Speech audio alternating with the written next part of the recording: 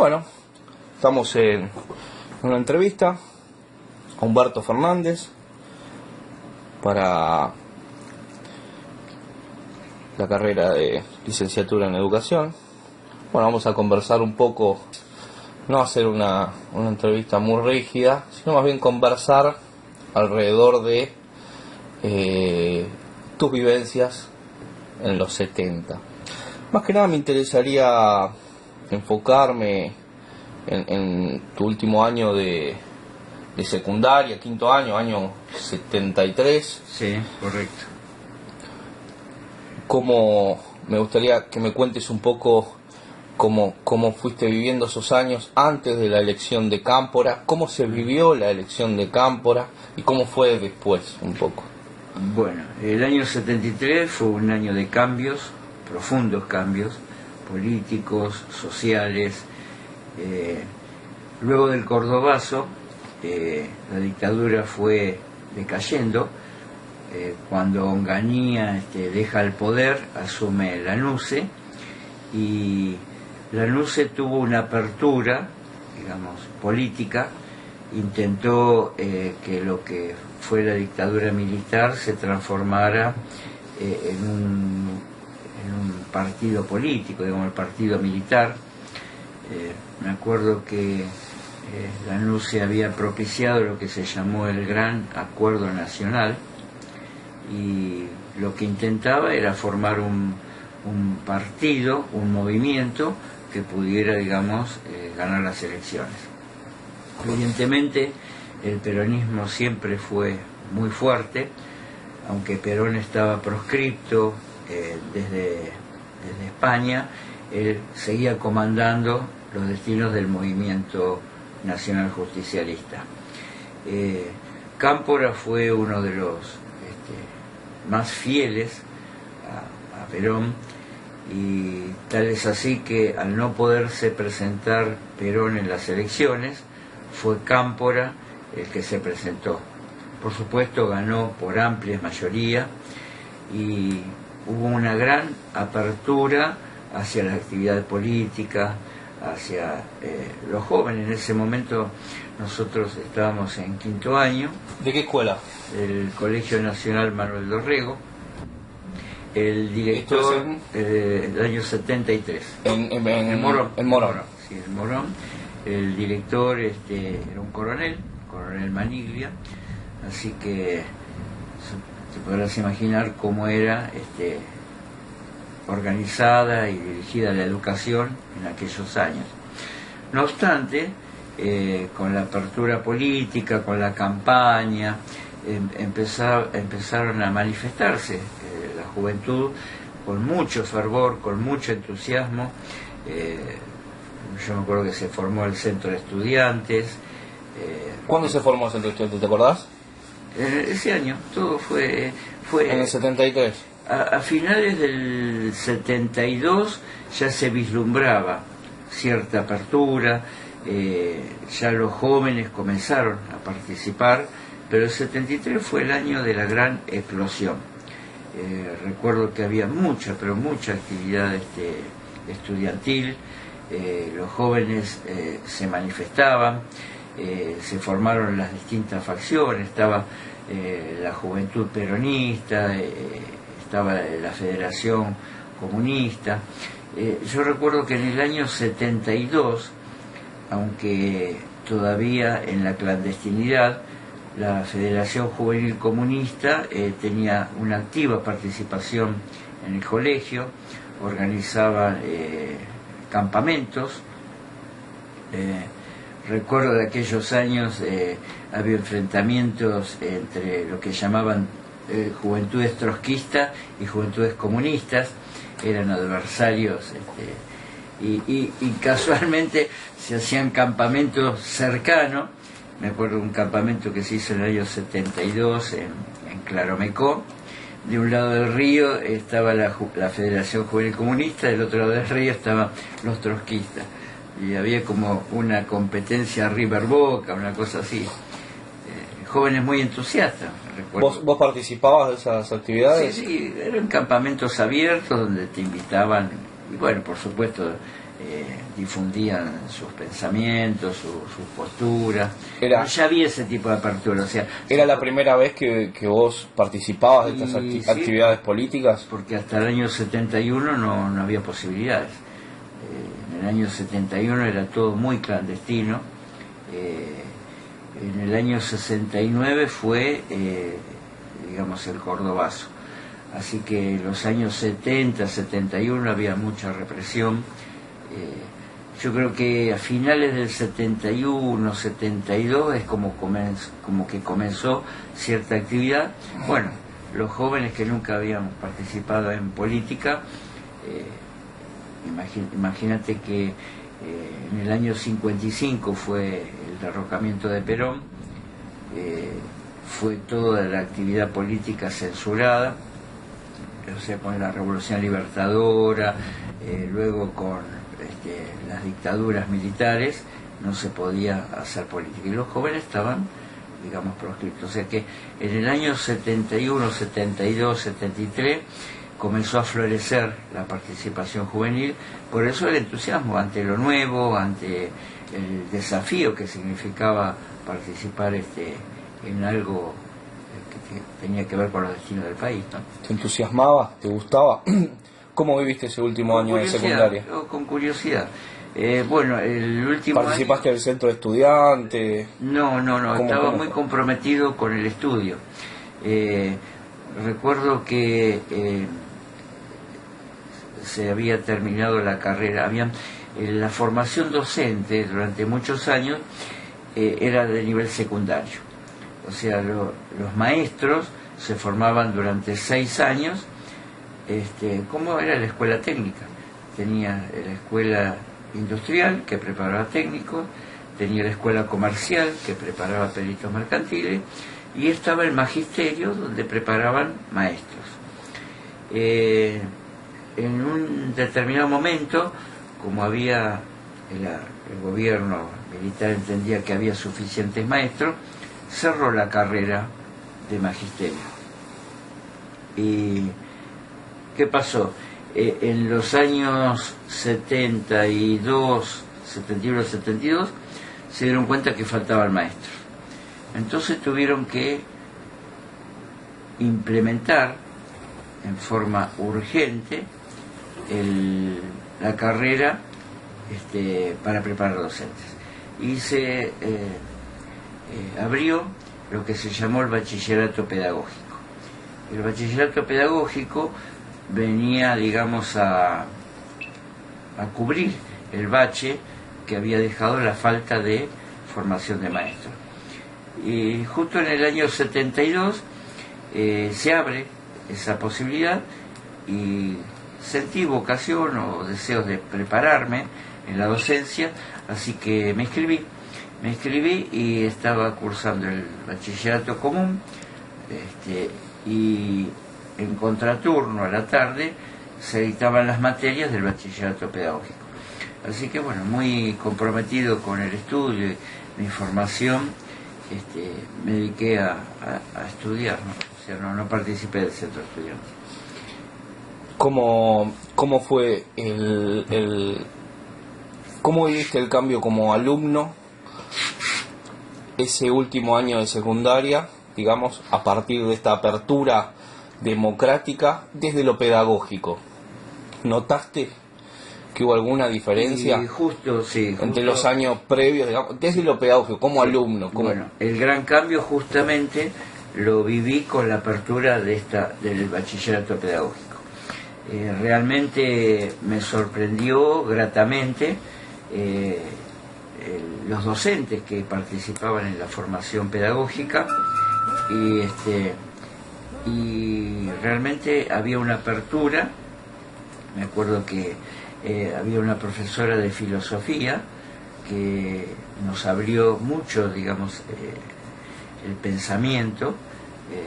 Realmente tratábamos temas con mucha libertad y era la contrapartida con la formación del bachillerato tradicional. O sea, el bachillerato pedagógico fue como una apertura al cambio. Realmente los temas que tratábamos se daban las materias a contraturno y eran materias que se prestaban para hablar de la libertad, de los proyectos pedagógicos. Imagínate que en ese momento se hablaba de Piaget, se hablaba de las corrientes pedagógicas, y eso marcaba un cambio muy grande entre la formación que habíamos recibido como bachilleres los años anteriores y las nuevas corrientes de pensamiento. Así que lo viví con mucho entusiasmo, realmente me marcó. Fueron profesores jóvenes, claro, las materias humanísticas y de ese tipo no se daban en un bachillerato. Entonces yo creo que ahí por primera vez se empezó a hablar del marxismo, del materialismo, realmente con bastante libertad, que asombraba, porque hablar de marxismo en la formación secundaria era digamos, algo insólito. O sea, me acuerdo que en el secundario se estudiaba se llamaba educación cívica la materia, y se hablaba de la tiranía de Rosas, la dictadura de Perón, o sea, toda una visión, digamos, muy cerrada de lo que fue, digamos, la historia nacional. Entonces, claro, esta apertura frente a las nuevas materias, me acuerdo problemática filosófica, todavía hoy día recuerdo, las charlas eran apasionantes. Yo disfrutaba de las clases la profesora era de apellido La Fuente, una profesora que me marcó mucho por su calidad como docente, con su apertura, o sea, porque realmente daba la materia y la disfrutábamos, íbamos a las materias con ganas. Me acuerdo que al darse en contraturno, esa materia se daba a eso de las 2 de la tarde. Veníamos a comer un sanguchito nada más, pero con tanta gana disfrutábamos de esa materia que hoy día la recuerdo todavía. ¿Qué es lo que te entusiasmaba? ¿Cómo daba la materia? ¿Cómo la presentaba? Sí. ¿Qué era lo que te entusiasmaba más? Sí. Primero, temas que se hablaban y se trataban temas que, ya te digo, hablar de marxismo era algo, como decirlo, era una mala palabra. O sea, no se podía hablar de marxismo. Si vos hablabas de Marx, tenías que hablar a escondida, no podías leer libros relacionados con lo que sería hoy día la izquierda, ¿no? Y si bien es cierto que se trataron todas las corrientes, porque la problemática filosófica arrancaba con la filosofía griega, pero fuimos tratando todos los temas hasta la actualidad de ese momento. O sea que todo eso fue un panorama nuevo, era algo inesperado y algo que uno tenía deseos de abordar, porque eran cosas ocultas. Entonces siempre lo que es oculto, lo que es negado, despierta curiosidad.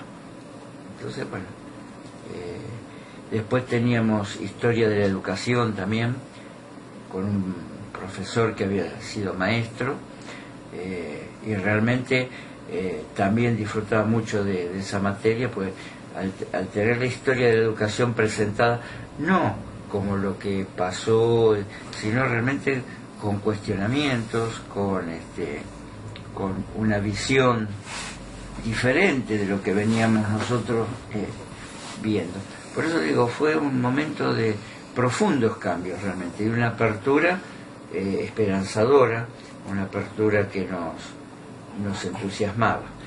Y bueno, de hecho, el que no estaba estudiando, digamos, con esta nueva modalidad, participaba activamente, porque hubo muchos compañeros que no siguieron el bachillerato pedagógico. O sea, en el curso algunos habíamos decidido seguir el bachillerato pedagógico, otros se quedaron con el bachillerato común, pero participaron en los centros de estudiantes. Los más activos en el Manuel Dorrego de Morón fueron los de la Federación Juvenil Comunista. De hecho, el candidato a vicepresidente Sabatella militaba en la Federación Juvenil Comunista en el Manuel Dorrego. O sea que era muy fuerte esa corriente, y los jóvenes estaban muy entusiasmados con eso. En la escuela fue la novedad, digamos. Y además eran muy activos, muy activos. Bueno, ¿cómo fue ese fin de secundario, del fin del último año de secundario? Y seguiste estudiando después. Sí. ¿Qué tuviste en cuenta para seguir estudiando? ¿Qué elegiste? ¿Por qué? Me acuerdo que eran momentos de cambio y también convulsionados. En los años 70, recuerdo que había mucha actividad, digamos, de violencia subversiva. O sea, había bombas que explotaban, había atentados, y era noticia de todos los días. La diferencia que en esos años 72, 71, 72, cuando capturaban alguna célula, digamos, extremista, iban a la cárcel. Entonces estaban presos, eran presos políticos, pero eran presos. Algo muy distinto a lo que pasó después, donde los desaparecían, donde había una participación en la dictadura posterior del año 76, cuando estaba Videla, Macera, Agosti. Cambió la metodología y bueno, vivimos la triste dictadura de la última dictadura militar, ¿no? Pero en esos años 74, ¿no? Vos terminás anterior, estaba la NUCE del 72. En el 72 el militar la NUCE, si bien era fuertemente liberal en su pensamiento, neoliberal, todavía no estaba en liberalismo, era liberal, tenía, digamos, una visión de participación política. O sea, él intentó formar el partido militar. O sea, no tuvo apoyo, no tuvo éxito, pero fue distinta su gobierno a lo que vivimos después. Entonces había cierta apertura, había cierto respeto por lo legal, por la legalidad. Y bueno, pero ¿qué pasa? Era una realidad, convivíamos con atentados, convivíamos. Yo recuerdo que en el año 73 viajaba para entrenar, porque en esa época me dedicaba a la actividad deportiva y entrenaba en Chacarita. Y recuerdo que varias veces he escuchado explosiones de atentados, y bueno, era algo cotidiano que ocurría, era una realidad que ocurría. Por eso digo, fueron años muy convulsionados, con apertura, pero con enfrentamientos también,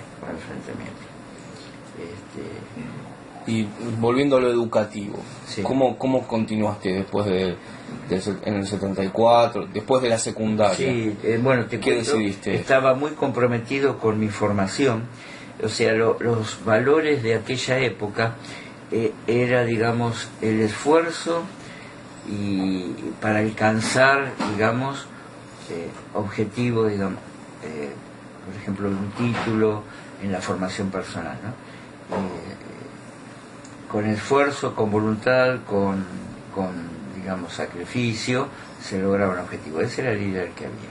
Y el ideal era estudiar para ser alguien.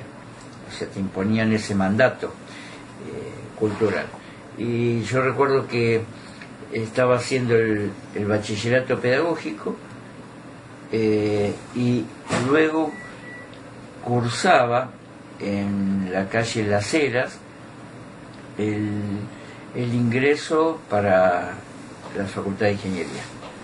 O O sea, entraba a las 3 de la tarde hasta las 6 haciendo el curso de ingreso de la Facultad de Ingeniería. De ahí iba a entrenar, o sea, tenía muchas actividades y me acuerdo que en aquel entonces estudiaba mucho porque era, digamos, un objetivo poder ingresar a la facultad, así que en forma paralela estaba cursando el 5º año, haciendo el bachillerato pedagógico, de ahí iba a hacer el curso de ingreso y luego a las 7 de la tarde iba a entrenar, o sea que volví a casa muy tarde, 11:30, 12 de la noche. O sea, fue un año donde dediqué a full a prepararme para lo que pensaba iba a ser mi futuro, ¿no? ¿Y cómo continuó esa apertura democrática que vos habías vivido como estudiante en el 73, en el secundario? ¿Cómo continuó después? ¿Lo seguiste viendo en la universidad? ¿Lo seguiste? Sí, bueno, en la universidad fue todo ese furor. Primero con Cámpora, después ya con el mismo Perón. Sí. O sea, todo el furor de esos años era participación, centros de estudiantes, la juventud estaba muy apasionada, pero terriblemente apasionada. Estaba la juventud socialista, juventud peronista, franja morada, con una participación terrible. Yo recuerdo que en el año 74, cuando ya estaba en la facultad, era una actividad pero desconocida. O sea, claro, imagínate que venían de muchos años de represión. Ya en la universidad, en los años 60, en el año 66, con aquella famosa noche de los bastones largos, la universidad fue muy vapuleada y fue copada por los movimientos dictatoriales. Cuando viene la apertura democrática, todo eso estalla. Me acuerdo que la facultad era un hervidero de actividad política. Realmente se vivía. Por supuesto, con enfrentamientos, hasta con violencia también. Fueron años de mucha violencia, incluso violencia armada. Yo recuerdo que los sindicatos estaban armados. O sea, cuando asume Cámpora, comienza, digamos, un proceso de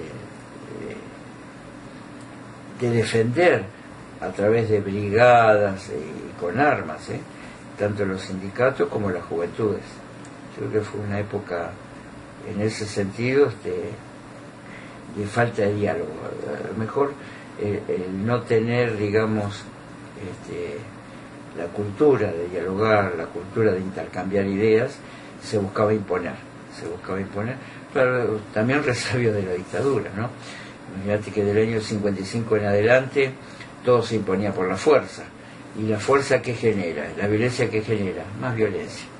O sea, la resistencia fue violenta. O sea, cuando se armó la resistencia para combatir a la dictadura, y la juventud se armó. Hubo mucha juventud que eligió las armas para poder resistir y poder enfrentarse a la dictadura de esos momentos. Y toda esa juventud que se había armado, cuando hay apertura política, se vuelcan a participar. Pero estaba esa formación, esa cultura de hacerlo de forma violenta o de imponerse, ¿no? Así que fueron años muy duros también. Y bueno, los estudiantes no eran ajenos a todo eso. Los estudiantes tenían sus opiniones, participaban, la juventud peronista muy activa, enfervorizada por el regreso de Perón, el gran enfrentamiento que se vivió entre lo que fue llamada la burocracia sindical con la derecha encaramada en los sindicatos tradicionales. Me acuerdo que la CGT estaba, digamos, comandada por Rucci y con toda lo que era la derecha sindical, y la juventud peronista que tenía otra mirada de lo que era, digamos, la actividad política, más volcada hacia el socialismo, ¿no? Así que bueno, me acuerdo de los enfrentamientos entre la patria sindical y la patria socialista. Bueno, y cómo este enfrentamiento entre por lo que me decís vos, una derecha peronista y una ala peronista más progresista o más de izquierda, si se quiere, ¿no?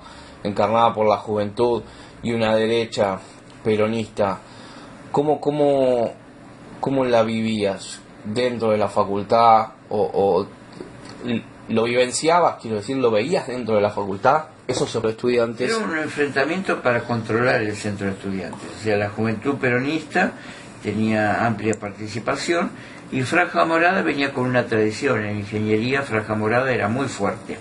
Así que bueno, pero se competía, digamos, por el poder del centro de estudiantes.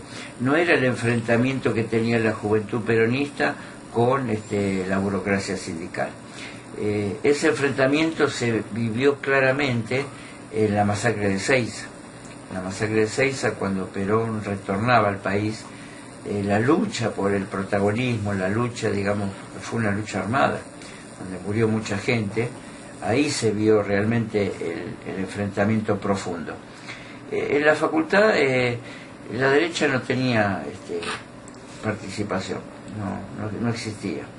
O sea, los liberales, digamos, de lo que sería la UCD de aquel entonces, tenían muy poco protagonismo, no ganaban nada. O sea, las dos corrientes más populares o de mayor protagonismo eran Franja Morada y la Juventud Peronista. En el año 74 falleció Perón, el 1 de julio, y luego de la muerte de Perón fue un gran caos. Realmente el país quedó librado a las fuerzas con distintos intereses. Todos sabemos que el gobierno fue copado por la ultraderecha. Estaba la AAA con López Rega, que, digamos, era prácticamente el que manejaba los hilos del gobierno, ¿no? Porque había quedado Isabel Perón, pero realmente no tenía ningún tipo de liderazgo. Su única carta de presentación es que fue la viuda de Perón, pero el que comenzó a manejar los destinos fue López Rega, y con la AAA empezó una persecución, un enfrentamiento con las juventudes, o sea, lo que eran las juventudes de Montonero, juventud peronista, empezaron a enfrentarse, y ya ahí fue un caos total. A tal grado llegó, digamos, el desorden, el enfrentamiento, las protestas, que en octubre del 74 cerraron la universidad. La universidad cerró sus puertas porque era imposible realizar actividades académicas por el nivel de enfrentamientos, de luchas, de bloqueos, de paros. No se podía trabajar. Así que bueno, los que estábamos estudiando no pudimos ir más a clase, y en febrero del 75 tuvimos que presentarnos para dar las materias libres. ¿Cómo lo vivieron? Y fue un gran trauma. O sea, nosotros en el año 73 vivíamos con mucha esperanza, con mucha alegría los tiempos que venían, los tiempos que estábamos pasando, y en el 74 comenzó también un año de mucha actividad. Cursábamos las materias, estudiábamos sin problema, y si bien es cierto que había mucha actividad política, porque las universidades se habían politizado, era esa sed de protagonismo que había estado, digamos, reprimida durante tantos años. Pero bueno, se podía cursar, o sea, la actividad era fuera de las aulas, ¿no? En las aulas cursaba sin problema. Pero ya te digo, después de julio, cuando ocurre, realmente fue para el país un balde de agua fría, lo podría pensar de esa manera. Veníamos con mucha esperanza, con optimismo, por supuesto que había muchos problemas para resolver, pero teníamos la esperanza de un liderazgo que había retomado las riendas, y cuando desaparece el líder se derrumba todo. Eso fue lo que se vivió a finales del 74. Ya el 75 fue terriblemente caótico, un caos total en todos los ámbitos del país, y bueno, desencadenó en el golpe del 76, ¿no?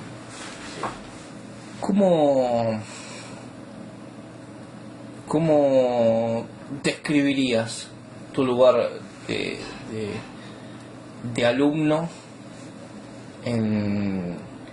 Después seguiste estudiando, Sí. Y incluso entrar a la democracia, después continuaste estudiando.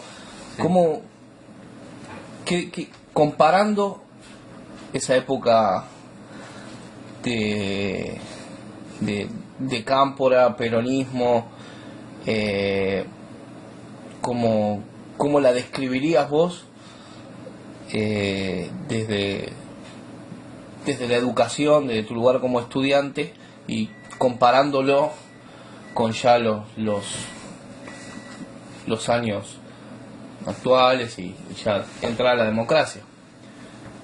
Bueno, en el 73, cuando asume Cámpora, la esperanza total, la alegría de retomar la democracia, la alegría de vivir la libertad, la alegría de poder expresarte, de reunirte, de ejercer el protagonismo democrático.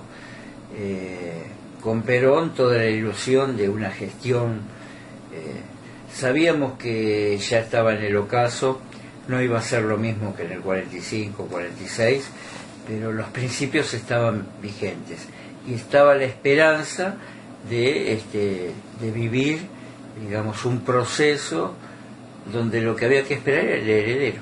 O sea, sabíamos que el gran esfuerzo de él era organizar la democracia, el retorno a la democracia, y luego encaminar el país hacia una continuidad.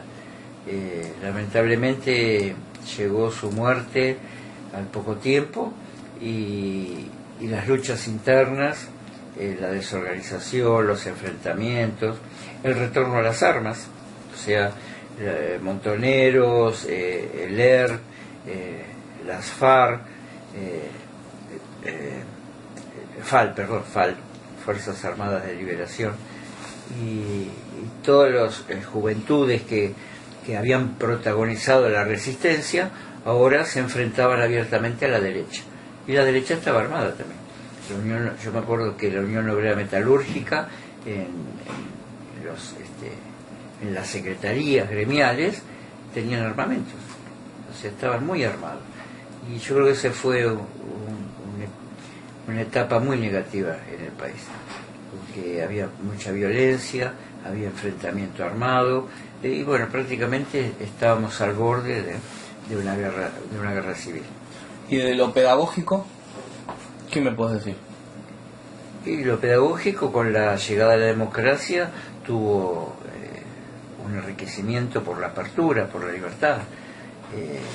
Ya no estaba ese encasillamiento, digamos, en lo tradicional, en lo occidental y cristiano, como se decía en aquella época, sino que, bueno, se abrieron las nuevas corrientes pedagógicas, llegó todo, digamos, llegaba de Francia, mucho material pedagógico de Francia, y realmente vivíamos ese aire de libertad.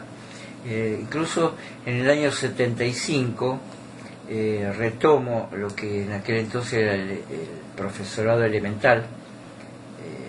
Después del bachillerato pedagógico podías cursar 2 años más, y en vez de maestro, en vez del título de maestro, te daban un título que se llamaba profesorado elemental para la enseñanza primaria. Creo que hoy día sigue igual. Eso fue a partir justamente del año 74. Así que bueno, en el 75 retomo el estudio, a la mañana iba a la facultad para cursar ingeniería y a la noche cursaba el profesor de elemental. Y ahí, bueno, se veían las nuevas corrientes, los profesores se sentían con más libertad para difundir ideas, para difundir las nuevas corrientes pedagógicas. Bueno, y yo muy entusiasmado con todo ese ámbito, ¿no? Lo que se tomaba con mucho entusiasmo eran los 6 estudios de Piaget. Piaget no llegaba antes, o sea, Piaget en los años de dictadura era cuestionado, entonces no se difundía. Yo me acuerdo que en el año 75 leíamos a Piaget. Teníamos una materia donde se estudiaban las corrientes pedagógicas y por primera vez se veía el materialismo en educación. Eso era algo nuevo también. Siempre estaba la formación tradicional, ¿no? Cuando aparece el materialismo, yo me acuerdo que el profesor que teníamos de apellido García, muchacho joven,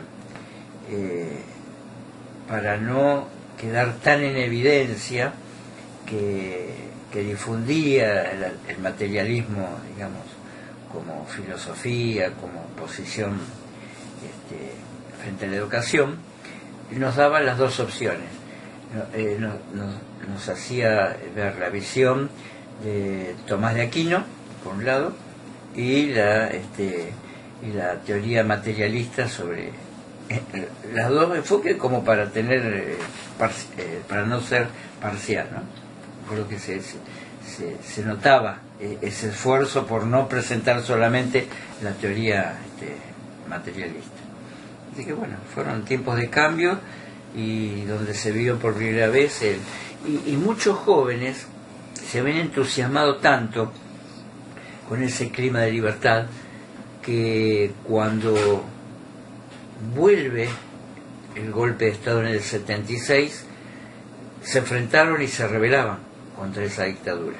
Por eso tantos jóvenes desaparecidos, o sea, la noche de los lápices y tanta juventud diezmada, ¿no?